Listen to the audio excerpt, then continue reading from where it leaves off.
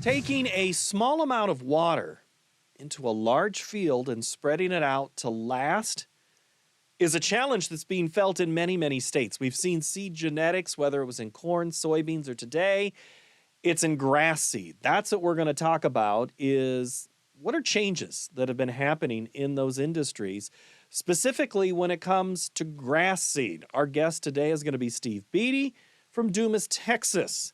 He is a seed dealer for Barenbrug USA. We're going to talk about Barenbrug products and just how they have evolved and that relationship from what Steve is hearing from his big ranching customers to the company that's doing the research to figure out and say, hey, we just don't get the water that we used to. That is not a unique situation to Texas.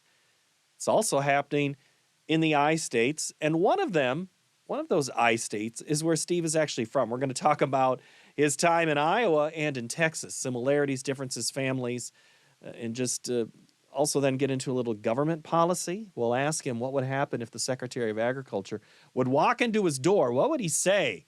What would he say is the biggest thing that those that are involved in his kind of agriculture, beef production, livestock, and the feeding of that livestock, what's the thing they need the most right now? So that's what we're going to talk about today. If you have any ideas for me or stories you'd like me to look into, conversations to have, send me an email, paul.yeager@iowapbs.org. New episodes come out each and every Tuesday, so like and subscribe wherever you get your podcasts.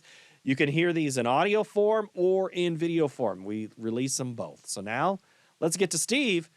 Let's get to know him and how he ended up in Texas. It's a mighty fine picture you have behind there, Steve.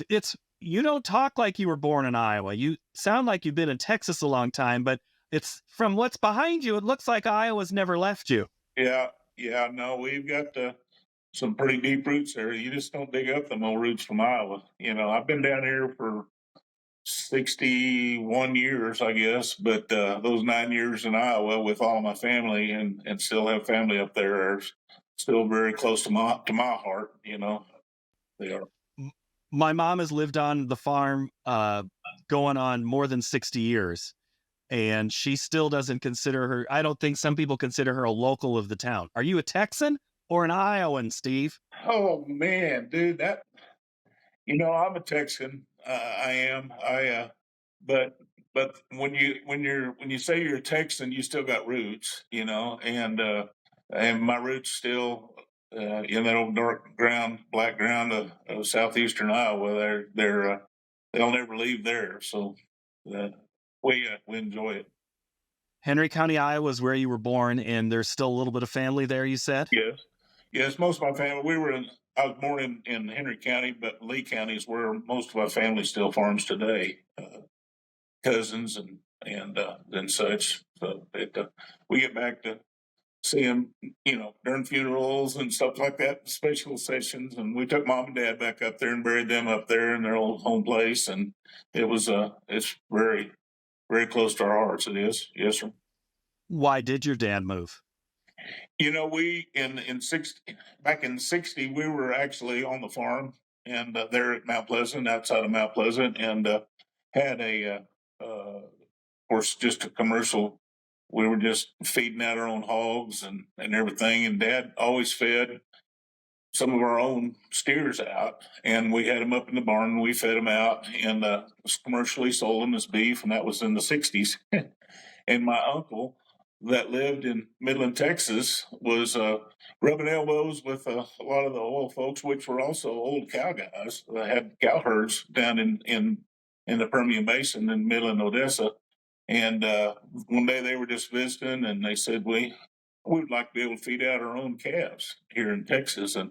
And my uncle said, well, I know just a guy. I got a nephew in Iowa. And so he called us up, and I'll never forget, we sold everything we had and loaded it up. Bought a brand new Ford station wagon and a U-Haul and loaded up all my four sisters and myself. And we moved to Midland, Texas, and then started into the cattle feeding business there, built a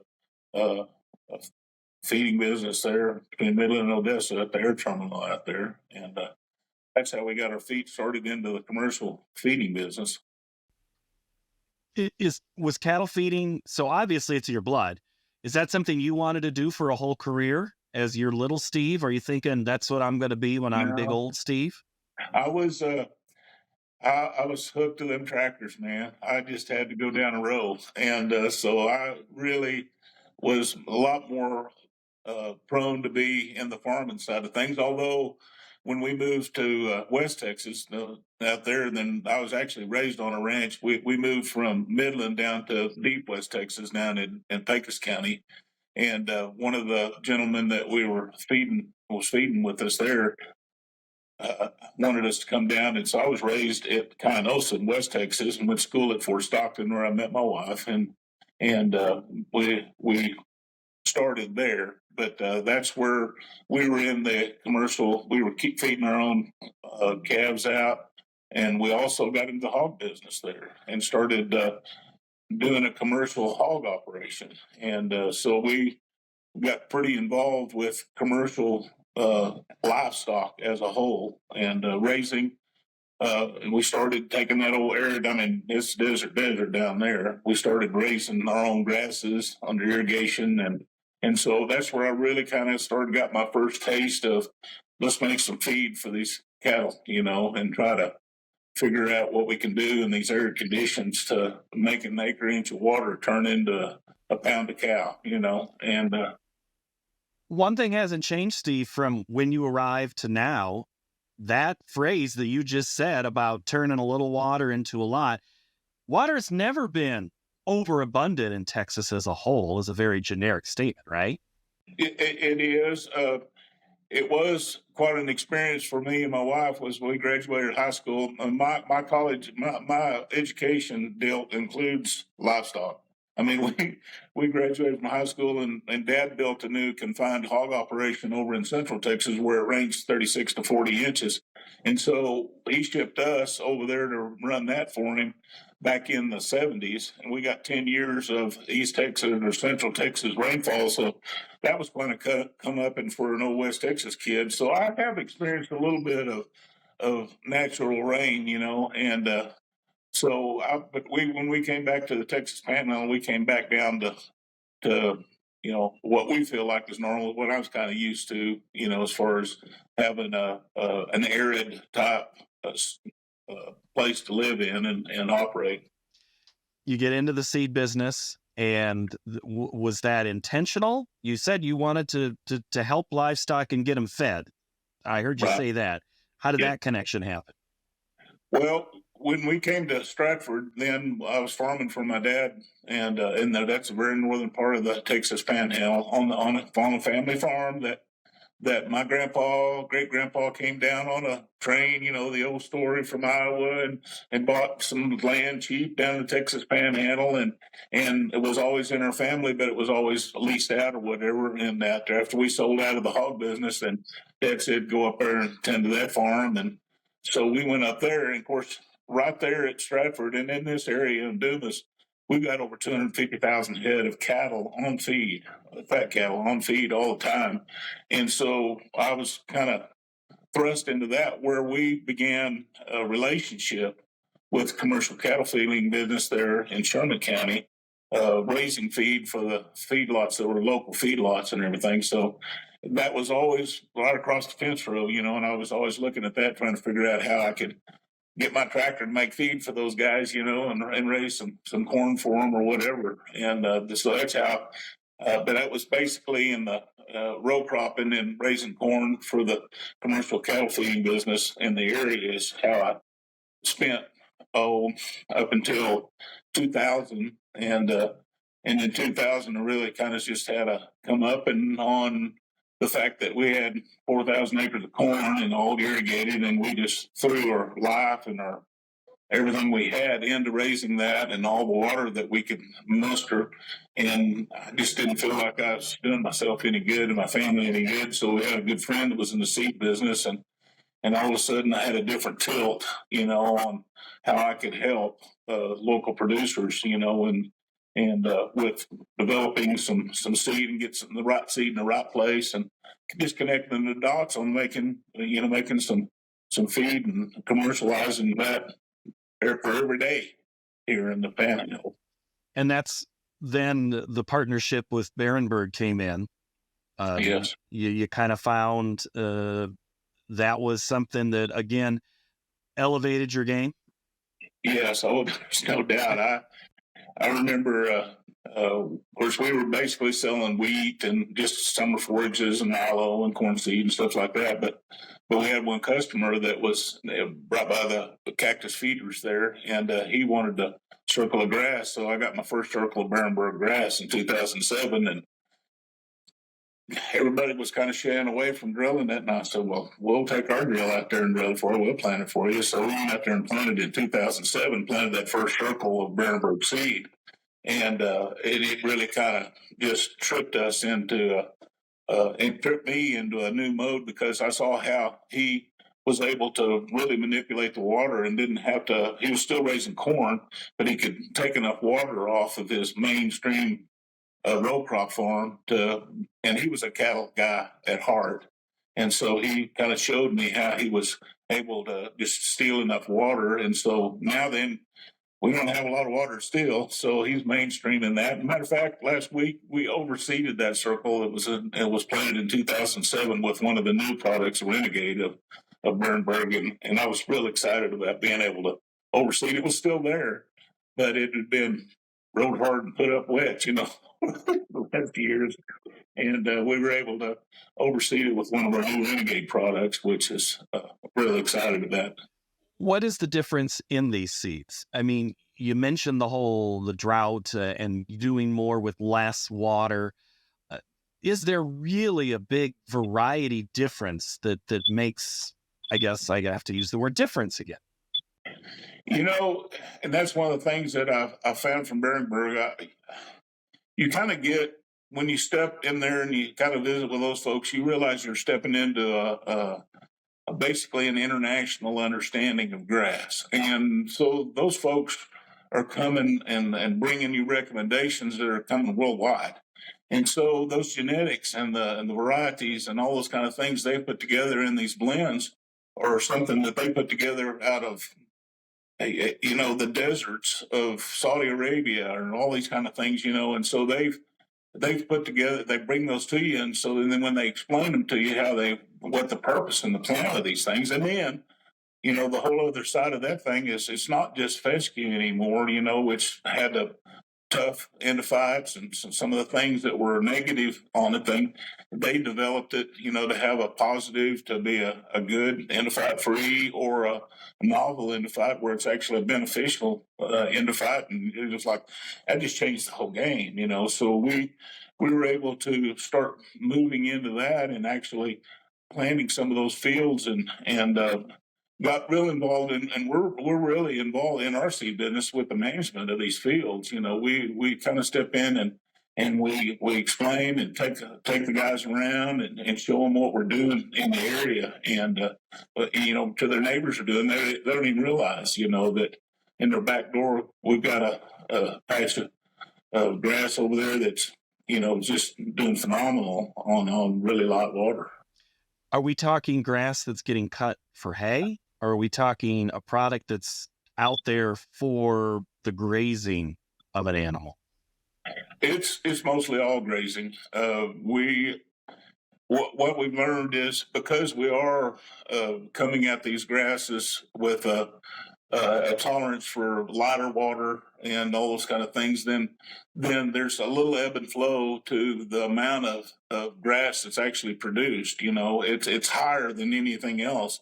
But as far as a mainstream commercial hay operation, we do have times when this year we had our spring coming out on our grasses was just phenomenal and large, bigger than we had enough cattle for.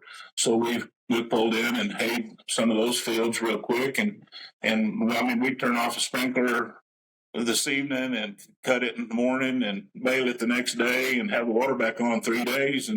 And the crazy thing, that have grown back up where we had cattle back in a week, and so it's been phenomenal what we've understood, and we're still learning. We actually have planted some test plots, which are kind of out of the box.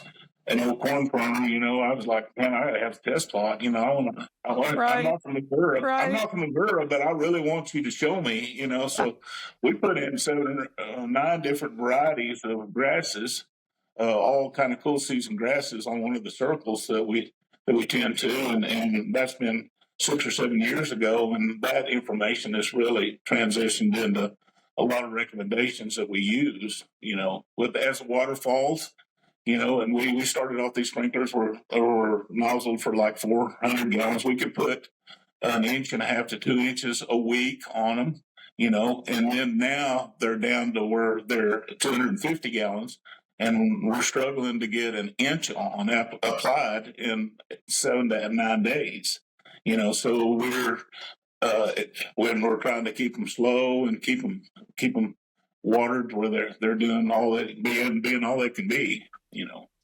That is an incredible cut that you mentioned there, and everybody's having to deal with that. It's not just in Yeah. Texas. That's New Mexico. That's Arizona. I mean, they're having the fights over there. That's more of the alfalfa side of the equation of where they're putting all their water is going to raise to hay. You're trying to feed these cattle. And what is that conversation like? Because I'm guessing some of your cattle farmers might be in multiple states and they need what's in their backyard in Texas to work. Is that right? Yes, right. We have pretty real deep relationships with some friends that have been in the seed business over at Clovis. That's actually my warehouse for our Barenbrug seed over there at Curtis and Curtis at Clovis, and so they go on way on over there. So it's wonderful to have that relationship where you can kind of visit about what's going on in their neck of the woods over there, and it's even a lot more interesting than it is over here. We're just old corn farmers that are trying to transition into raising beef or taking care of our cows and being able to protect our cow herds where we don't have to sell and manipulate our numbers quite as greatly as we used to, as we have in the past, with our grasses that we have now. So. Do you find that the run up in cattle prices, both feeders, live cattle, has changed anything in conversations you've had with producers? Um, I don't know. Really, we're most of our guys are consistent. They've always been the same. They've always kind of ran the same numbers and everything, and so they just kind of go with ebb and flow, just like the corn farmer in Iowa. He's just always raised corn, and it's sometimes good, sometimes they might change the rotation a little bit. They may have a few more cows, may have a few more stalkers. They may keep a few more of their heifers. That kind of thing, depending on that price still has made a lot of difference, but also the amount of moisture we've had and the ability we've had to have feed in front of them. So it's been really interesting, yeah, and of course we're sitting right next to JBS slaughterhouse up here, and so with all these cattle we have on feed around here, it's amazing how much economic development there's been in this area over the last 20, 30, 40 years, and the stability of that. And our heart is to be able to maintain that, for our grandkids right here. And so we're trying to figure it. And I really feel like, honestly, it's my responsibility. It's our responsibility to bring to our producers a product that will be able to maintain that type of economic place. Because we've had a lot of dairies come in, and so we've had a lot of pressure to our aquifer here with new wells and more cattle feeding and going on here, and it's been amazing. We've gotten in probably the last 10 years over 200,000 milking cows, right in this area too, and so the feed requirements and the forage requirements for that have just sent us into a whole new understanding of raising feed, So that's taken away a lot of the guys that were raising wheat, for their stocker cattle and everything now are harvesting that for forage, and it's going to the dairy place. So where are those guys going that used to run those stockers on that wheat? They need a native pasture or an improved pasture that they can take. And that's kind of what we've been doing, Paul, is we've been taking some of their lighter watered circles that the water's been going down on, and their lesser circles, and putting our grasses and really keyholing the right grass for into that circumstance and situation for what they're doing.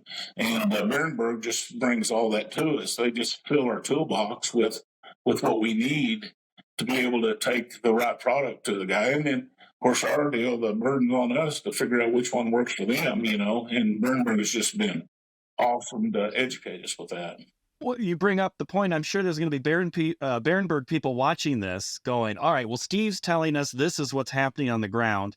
And what's that conversation like with the company to say, hey, I need you to continue to work on product that can grow and thrive with less water, even less than what I'm be able to put on it now. Right. Yeah. I tell you, we're really blessed in our relationship with Barenbrug because we have really got their ear. They've been out a lot. They come out and they see what we're doing, and that's enabled us to be able to say now we're starting to lean even more to lighter water deals. We're actually leaning into some dryland situations where our annual rainfall is 12 to 14 inches here. On a normal year, in the last 5 or 6 years, it ain't been nowhere close to normal. And so we've had a real struggle trying to figure out in the dryland situation. We've got a lot of old CRP around here that's old. It's over 20 years old, and it's thin. It's got old, unimproved grasses on it, and we're trying to. There is a way, and these guys are going to help us, and they know it, and they're working on it real hard to help us improve these dryland, these old fields, where we can actually have a product on there that will gain some foothold for the support for our cow herds and for our stockers, outside of the irrigated deal. Because this is not an infinite situation here with the water. We or a finite one. It's gonna just keep on tailing off. And so we're trying to get ahead of this, and I'm getting a little older, gray beard to be able to attend this. But I actually, in my years of being in agriculture, this really is the most exciting time that I've ever been in. And Barenbrug is a real big part of that because they listen, and they hear and they bring and they're bringing some stuff that nobody else talks about, as far as varietal selections and different genotypes and different types of things to put in the blend. And I really appreciate those guys, and they really help us a lot.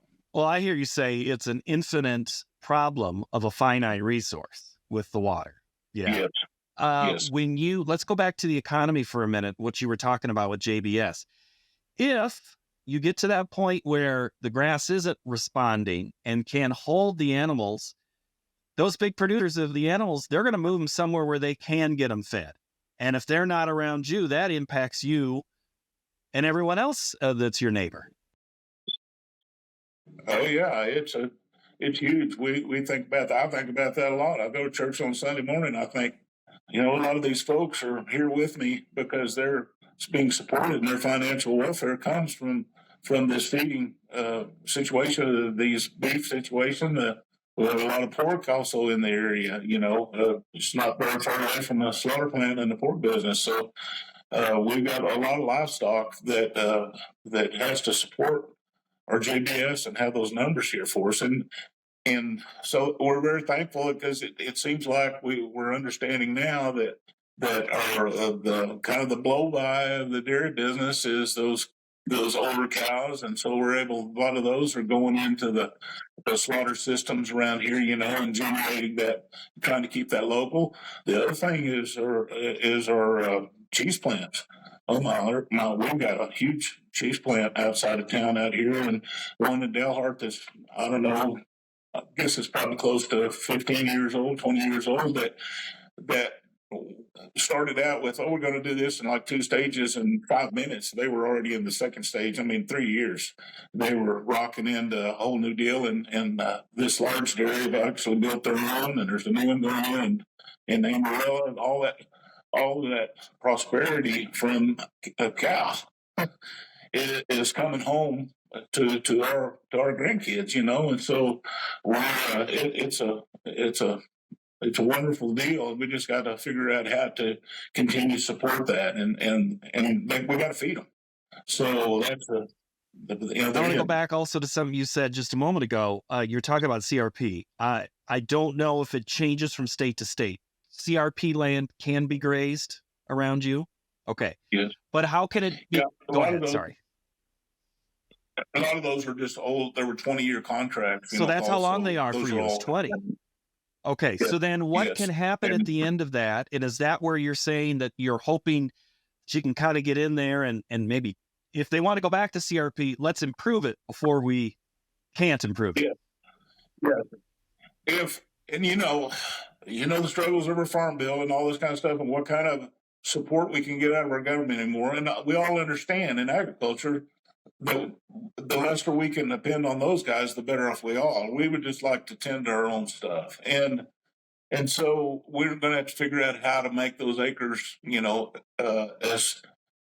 make them as profitable as we can, because there's a lot of these farms that were paid for around here by CRP payments, and now those guys and the families have inherited those, or somebody, they don't have another option to go into that, and they're looking at each other like, now what do we do? I'm not a cow guy. My neighbor wants to rent it, but he says the grasses here are not the top grasses that we would really like to graze and everything. So we've actually just recently, last week, planted our first dry-land test plot in an old CRP field, and with lots of different combinations of things that we're trying to get a hold of what would be the best transition on those fields, to make a good palatable cow home, or stocker home. And so it's a big deal. That's the next big move we're going to have to make, and that's part of what you're talking about, Paul.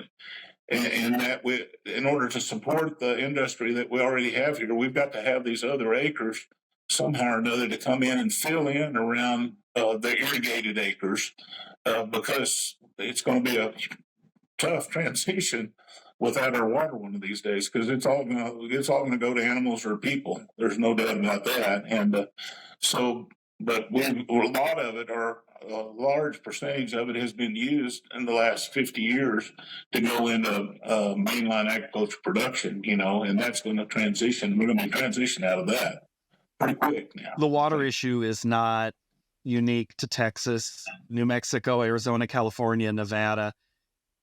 Let's go back to your home state.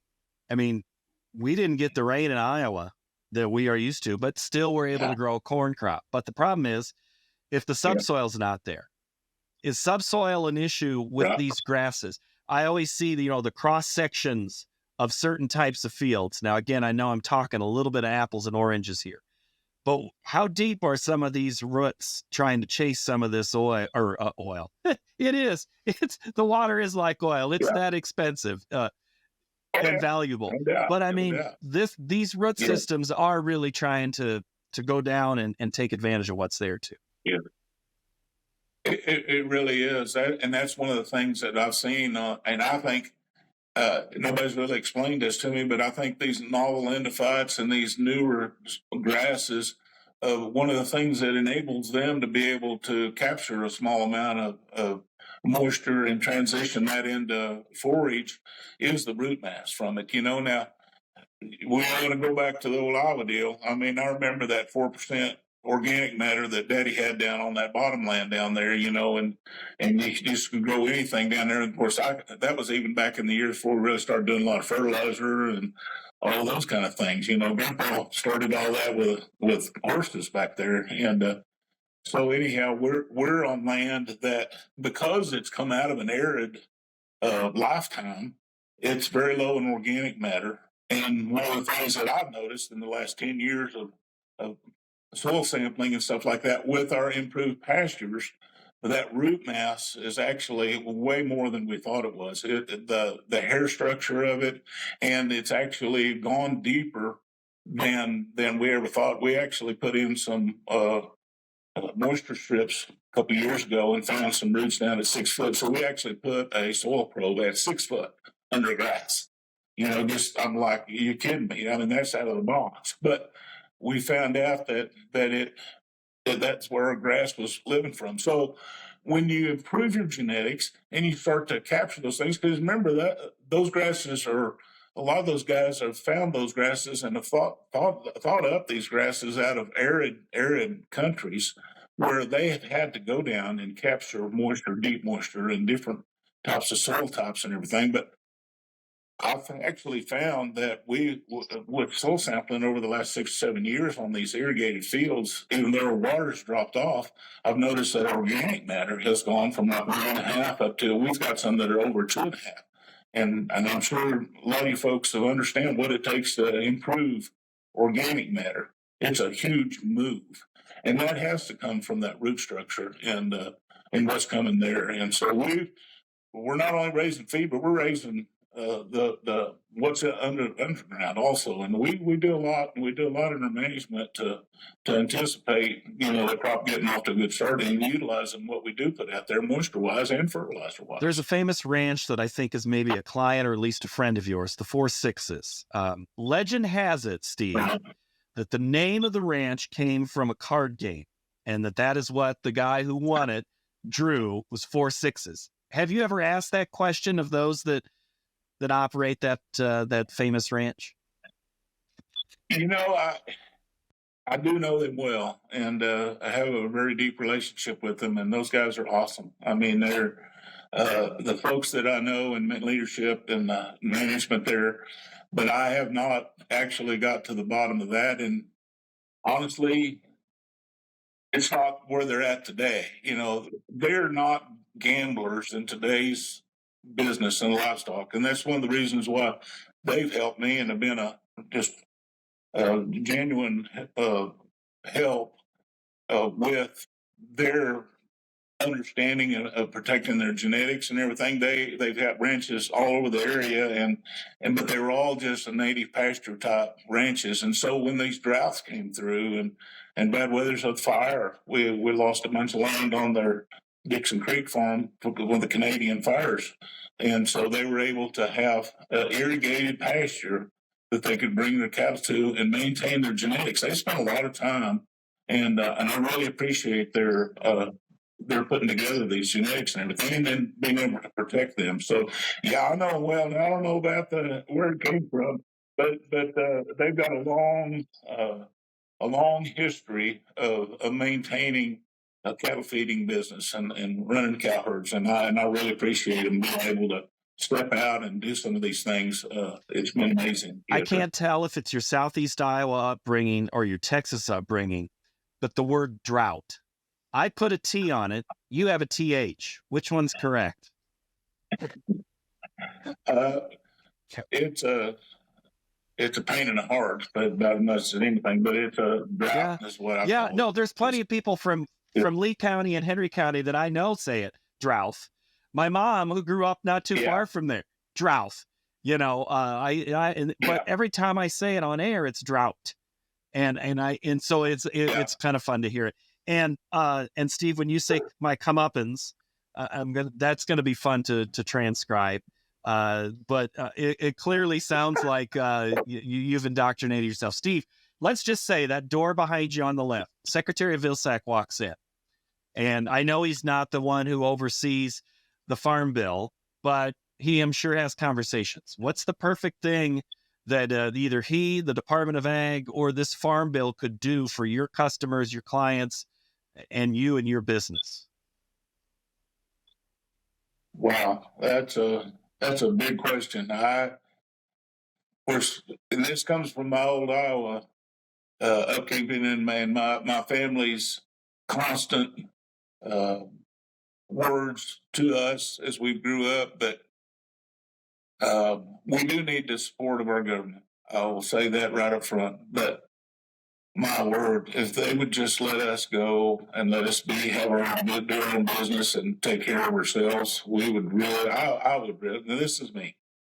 I would really like to tend to our own business, you know, and like I said, I understand we got a lot of folks that need support, but it seems like we've just got so much going on with the farm bill. It doesn't have to do with farming, and can we not just get back to farming? Can we not just get back to agriculture and get to the base mode of what we're doing? And let's talk about that. Let's talk about just supporting agriculture and whatever that takes. And I fully understand that there's 1,000 voices that are speaking same way I'm speaking to him, you know, about their needs and their wants and everything. But that would be my deal. Is just let us do our business. Let's be farmers and let's be cow Well, I folks. appreciate learning about your cow folks and the farmers like you, Steve. And nice to meet you. And thanks for making time. Sure. Thank you, Paul. My thanks to the Iowa PBS production team. Dave Feingold is the audio engineer. Sean Ingracia. Kevin Rivers, their production supervisor, is Chad Aubrey. My boss, the executive producer of Market to Market, is David Miller. Production support comes from everyone here at Iowa PBS and specifically the Market to Market TV show. New episodes come out each and every Tuesday. If you also want to write the show, Market to Market at iowapbs.org. Now, this is the part I really hope you stayed for because it's going to be worth it. We have a big birthday coming up. You see it says 40th right there? We're approaching 50. 50 years of Market to Market. We're also approaching almost starting the 9th season of this podcast. That'll be coming up in the next few weeks. We're going to talk about anniversaries. We've got some pretty cool stuff. But if you have any classic Market to Market stories, say you remember Chet Randolph. You remember when the show started. You've watched it for 4 generations with your family. I'd like to hear those stories. And I'm going to have some more ways that you can connect with me coming in the next few weeks. So again, if you have anything for me, send me an email at markettomarket@iowapbs.org. We'll see you next time. Bye-bye.